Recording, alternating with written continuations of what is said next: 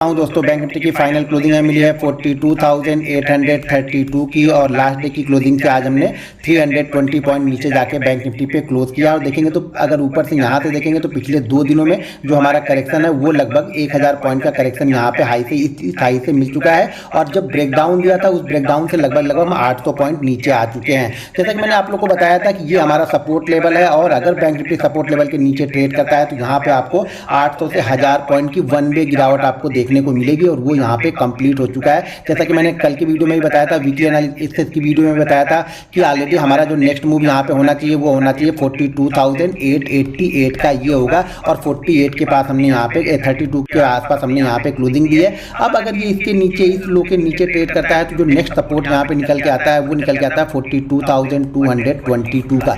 लेकिन ये भी ध्यान रखिएगा कि हम हाई से यहाँ से अगर देखेंगे तो हाई से लगभग हम 1000 पॉइंट कंटिन्यू गिरते हुए आ रहे हैं। और अगर यहाँ से देखेंगे कोई भी अच्छा खासा कोई अपमूव हमें नहीं मिला, अगर यहाँ से आप देखेंगे तो हम 44,700 से आ रहे हैं, कंटिन्यू पहुंच चुके हैं 42,700 के आसपास। तो लगभग 2000 पॉइंट का करेक्शन हमने यहाँ पे देख लिया है। अब यहाँ पे क्या चाहिए, देखिए होता क्या है, देखिए बेस्ट ट्रेड आपको कब मिलेगा, 2 दिन फ्लो में ट्रेड मिलता है। मैं कंटिन्यू बताता हूँ कि 2 दिन 3 दिन फ्लो में ट्रेड मिलता है। लेकिन अगर आपने इस दिन क्वांटिटी मान लीजिए आपने 1000 ट्रेड की है तो जब नेक्स्ट डे हम ट्रेड करेंगे ना उसी फ्लो को अगर हम कंटिन्यू करते हैं तो नेक्स्ट डे ट्रेड करेंगे तो ये क्वांटिटी यहाँ पे आपकी 500 हो जानी चाहिए। अब नेक्स्ट डे भी अगर जैसा कंडीशन आगे मैं बताऊंगा उस कंडीशन को फुलफिल करके अगर बैंक निफ्टी नीचे आता है तो यहाँ पे हमारी क्वांटिटी 250 होनी चाहिए, क्योंकि कहीं ना कहीं किसी ना किसी दिन ये रुकेगा और जिस दिन रुकेगा उस दिन आप ट्रैप हो जाओगे। तो इसलिए बोलता हूँ पहले ब्रेकआउट जो होता है हमेशा उसको आप थोड़ी ज़्यादा क्वांटिटी के साथ में कर सकते हैं। उसके बाद जो भी ब्रेकडाउन है उस फ्लो में या उस मोमेंटम में मार्केट नीचे जाता है इंटरडे में तो हम क्या करते हैं क्वांटिटी को कम करते जाते हैं। जैसे हमने यहाँ पे 1000 रुपये लगाया तो उसके बाद अब मैं 500 रुपये लगाऊंगा, फिर मैं 250 रुपये लगाऊंगा,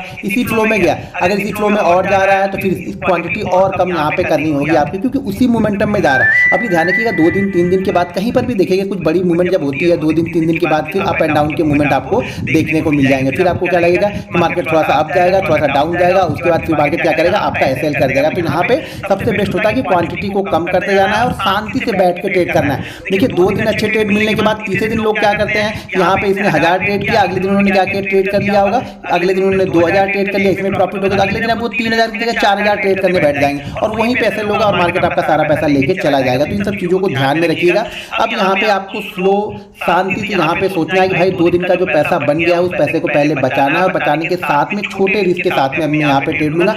मार्केट फिर आपको चांस देगा, फिर इस तरह की सिचुएशन बनेगी, फिर कहीं पे रेंज बनेगी और उस रेंज के बाद फिर से हम ट्रेड करेंगे तो फिर से हमारा एक वन वे मूव मिलेगा। 800 700 800 पॉइंट का एक वन वे मूव आपको मिलता हुआ दिखेगा। अब चलिए हम 15 मिनट का चार्ट देखते हैं और देखते हैं कल बैंक निफ्टी की एक्सपायरी किस तरीके से हो सकती है।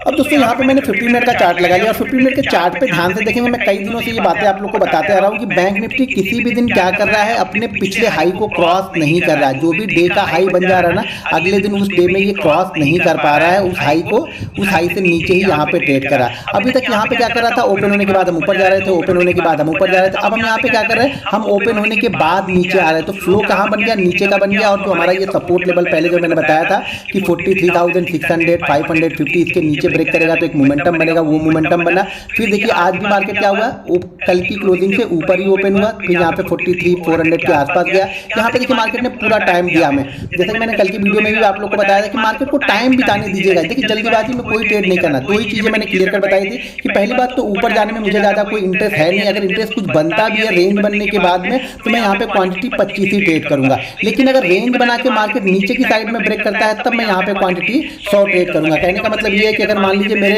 अकाउंट में मान लीजिए कि 1 लाख रुपए पड़े हुए हैं तो 1 लाख रुपए में क्या करूंगा, अगर मार्केट मेरे साइड में चल रहा है तो मैं यहाँ पे 10,000 लगा के ट्रेड कर दूंगा। लेकिन मार्केट अगर ट्रेंड के अगेंस्ट चल रहा है तो मैं यहाँ पे क्या करूंगा 2,500 लगा के ही यहाँ पे ट्रेडिंग करूंगा। तो ये चीजों को ध्यान में रखिएगा। मार्केट ने फिर से यहाँ पे क्या किया, मार्केट ने इस लेवल को ब्रेक किया 43,100 के लेवल को, क्योंकि यहाँ पे टाइम देखिए जब टाइम बिता देता है ना और लोग के पास में आते देखिए लोग के पास यहाँ पे समझिए इस कैंडल को समझिए। सबसे बेस्ट यहाँ पे क्या चीज है समझने के लिए आपको वो मैं समझाता हूँ। यहाँ पे मार्केट ओपन होता है, ओपन होने के बाद मार्केट ऊपर की साइड में जाता है। ये कल की क्लोजिंग, लास्ट डे की क्लोजिंग इस कैंडल के नीचे यानी 15 मिनट की कोई भी कैंडल इसके नीचे नहीं गई थी, ठीक है। अब यहाँ पे मार्केट ऊपर जाता है, ऊपर जाने के बाद यहाँ पे नीचे आता है। सबसे बेस्ट कैंडल जो है ना ये ग्रीन कैंडल, ये ग्रीन कैंडल मुझे कंफर्ट दे रही है। ये ग्रीन कैंडल मुझे बता रही है कि अगर इसके नीचे मैं जाऊंगा तो फिर यहाँ पे सेल कटेंगे। फिर ये सारे आज के जिन लोगों ने आज बाइंग किया होगा ना उन लोगों के एसएल यहाँ पे लगे होंगे, और इस ग्रीन कैंडल ने क्या किया, उस बायर को और कंफर्ट दे दिया। तो यहाँ पे पोजीशन और बन गई, क्योंकि मार्केट एक बार आ रहा है। देखिए जिन्होंने बाइंग किया होगा, मान लीजिए हमने ही बाइंग किया, आप अपने ऊपर लगा के जब चीजों को देखोगे ना कि मैं इस कंडीशन पे क्या करता, तो आपको रियल रिजल्ट समझ में आएगा। मान लीजिए हमने कहीं यहाँ पे बाइंग कर लिया, यहाँ पे बाइंग करके हम वेट कर रहे हैं कि यार इसके नीचे अगर मार्केट जाएगा तो मैं निकल जाऊंगा, ठीक है। मार्केट यहाँ पे आता है, ये ग्रीन कैंडल बनाता है। ये ग्रीन कैंडल में क्या आता है, मुझे थोड़ा सा कंफर्ट आता है कि नहीं यार ठीक है। और यहाँ पे और लोग थोड़े से बाइंग करने के लिए आता है। दिखने को ये कैंडल 15 मिनट की है, लेकिन ये कैंडल बहुत बड़ी कैंडल है और पिछले रेड कैंडल को कवर कर रही है। तो यहाँ पे क्या होगा, थोड़ा सा बायर जो जिन लोगों ने यहाँ पे बाइंग किया होगा वो सोचेंगे थोड़ा सा और यहाँ पे बाइंग कर लेते हैं।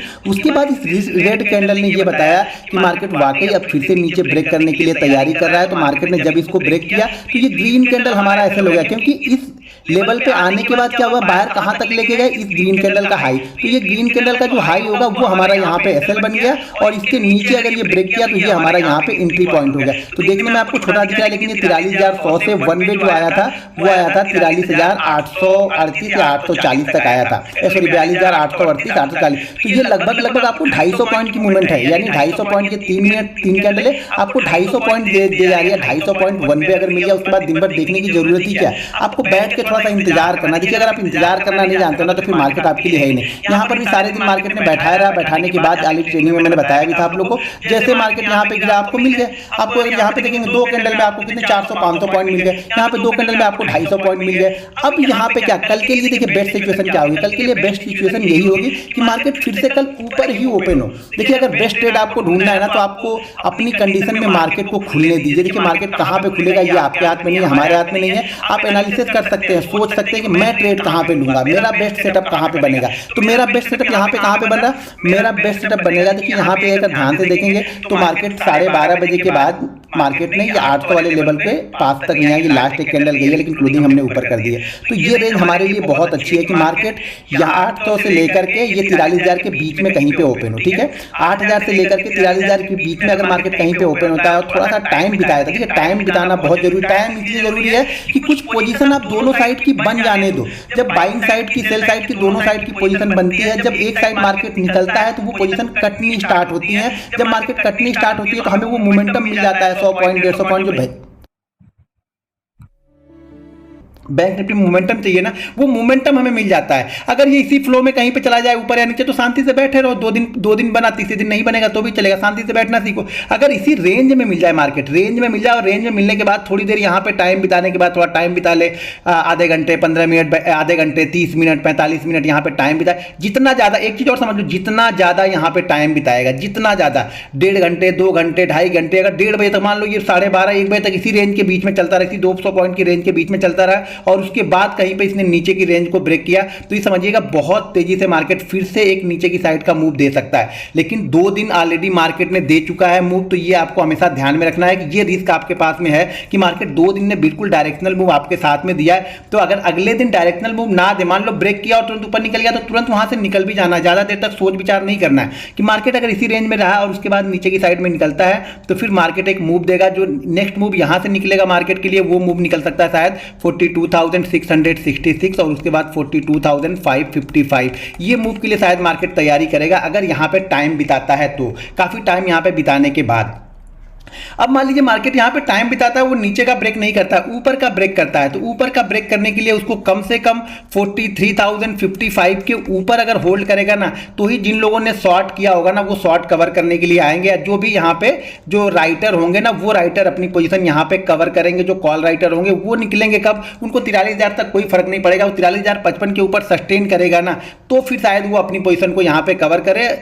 कवर करने के बाद मार्केट हो सकता है यहाँ पे 150-200 पॉइंट जाए। लेकिन इस साइड साइड में मुझे इंटरेस्ट कम है, यानी अगर ट्रेड भी करूंगा तो कम क्वांटिटी के साथ में यहाँ पे ट्रेड बनेगा। यहाँ पर भी क्वांटिटी अब कम ही रहेगी, ये ध्यान रखिएगा। अब वहाँ पे 1000 ट्रेड कर ली, यहाँ पे 500 ट्रेड कर ली, तो यहाँ पे 250 ही ट्रेड करूंगा। अब हो सके ऊपर वाली भी 250 ही ट्रेड करूँ, तो अब दोनों जगह पे मैं बराबर क्वांटिटी यहाँ पे ट्रेड करता हुआ जाऊंगा कि जिससे मेरा एसएल भी होगा तो मुझे कुछ फर्क ना पड़े। तो ये चीजें ध्यान में रखिएगा। यहाँ पे अगर ऊपर निकलता है तो ऊपर का एक मूव मिलेगा, ऊपर का मूव स्लो मूव होगा, ध्यान रखिएगा। लेकिन नीचे का जो मूव होगा वो वापस फिर से देखिए, आज 1:30 बजे के बाद 12:30 बजे के बाद बनी है, और कल अगर गई 11 साढ़े 12 बजे तक रुकने के बाद अगर ब्रेक डाउन करता है तो एक मूव नीचे की साइड में मार्केट देके जरूर जाएगा। अब मान लीजिए मार्केट कल गैप डाउन ही ओपन हो जाए, गैप डाउन कहां पे ओपन हो जाए, 500-600 के पास, तो भाई मैं यहां पे अब क्वांटिटी को जो 25 करने वाला था वो सीधा 10 पे लेके आ जाऊंगा। 10 कहने का मतलब है, अब 10 तो 15 से ज्यादा, तो 15 से कम तो है नहीं लॉट। एक कहने का मतलब है कि मान लो कि अगर मैं यहां पे मान लो यहां पे मैं 5 लॉट लेने वाला था, तो अब सीधा मैं क्या करूंगा, 1 लॉट लूंगा यहां पे, उससे कम क्वांटिटी यहां पे ट्रेड करना है आपको। अगर मार्केट ने गैप डाउन ओपन दे दिया, तो गैप डाउन ओपन दे दिया, 2 दिन से 3 दिन से कंटिन्यू गिर रहे हैं हम,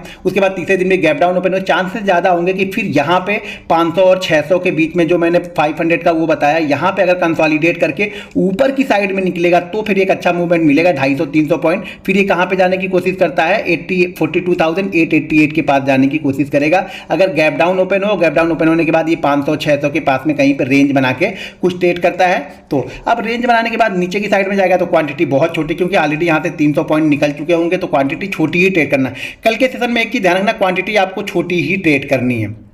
अगर इस रेंज में मिला तो थोड़ा सा रिस्क ले सकते हैं कि 25 की जगह मैं 30 या 40 कर सकता हूं, लेकिन ऊपर की साइड में एक की साइड में भी ध्यान रखिएगा थोड़ा सा, क्योंकि इस रेंज के ऊपर थोड़ा निकलेगा, थोड़ी शॉर्ट कवरिंग मूव आ सकती है। अभी दोनों के रेंज के बीच में अगर ओपन, कल मान लीजिए अगर गैप अप ओपन हो गया तो मैं शांति से बैठ जाऊंगा, फिर मैं वेट करूंगा कि ये 43,400 के पास क्या करता है। यहाँ पे कोई रेंज बना के अगर नीचे का ब्रेक डाउन करेगा तो ही मुझे मूव मिलेगा, ब्रेकआउट करेगा ऊपर की साइड में तो मैं ट्रेड ही नहीं करूंगा। यहाँ पे अगर 43,000 के ऊपर खुल जाए, होल्ड कर जाए और उसके बाद ऊपर की साइड में निकले, और यहाँ पे कहीं पे हो सकता है 43,200 बनाए, 43,300 बनाए, यहाँ पे कोई रेंज बना के नीचे का ब्रेक डाउन करेगा ना, तो मैं सेकंड हाफ में अगर ब्रेक डाउन करता है तब मैं यहाँ पे ट्रेड करूंगा, वरना शांति से बैठा रहूंगा। तो सबसे बेस्ट सेटअप यही है कि मार्केट इसी रेंज में कहीं पे खुले और यहाँ पे टाइम बिता दे। कल टाइम बिताने के बाद मिलेगा तो आपको एक अच्छा मूव मिलेगा, नहीं मिलता है ओपन होने के साथ में ऊपर या नीचे तेजी से निकल जाता है 200-300 पॉइंट, तो फिर आपको इंतजार करना पड़ेगा। दोस्तों वीडियो पसंद आए तो वीडियो को लाइक और शेयर जरूर कीजिएगा। मिलते हैं नेक्स्ट वीडियो में।